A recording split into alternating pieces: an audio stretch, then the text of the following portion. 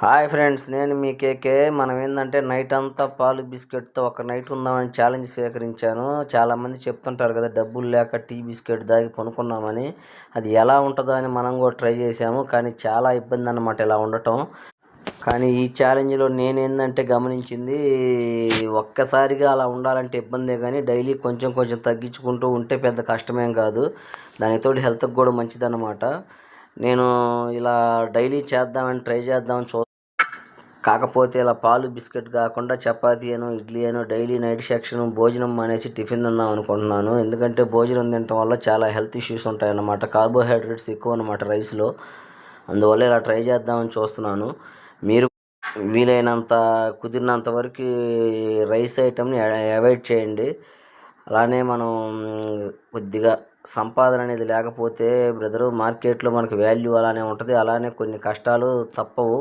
అవన్నీ ఎన్నో అవమానాలు ఉంటుంటాయి. ఎంతోమంది మనల్ని ఒకప్పుడు ఒక రకంగా చూసిన వాళ్ళు కూడా ఈరోజు ఏదో మన కాడ కొద్దిగా ఇబ్బంది అనిపిస్తే కొంచెం ఇదివరకు అంత వాల్యూ కూడా ఉండదన్నమాట. ఎప్పుడైనా మనీ ఈజ్ మోర్ ఇంపార్టెంట్.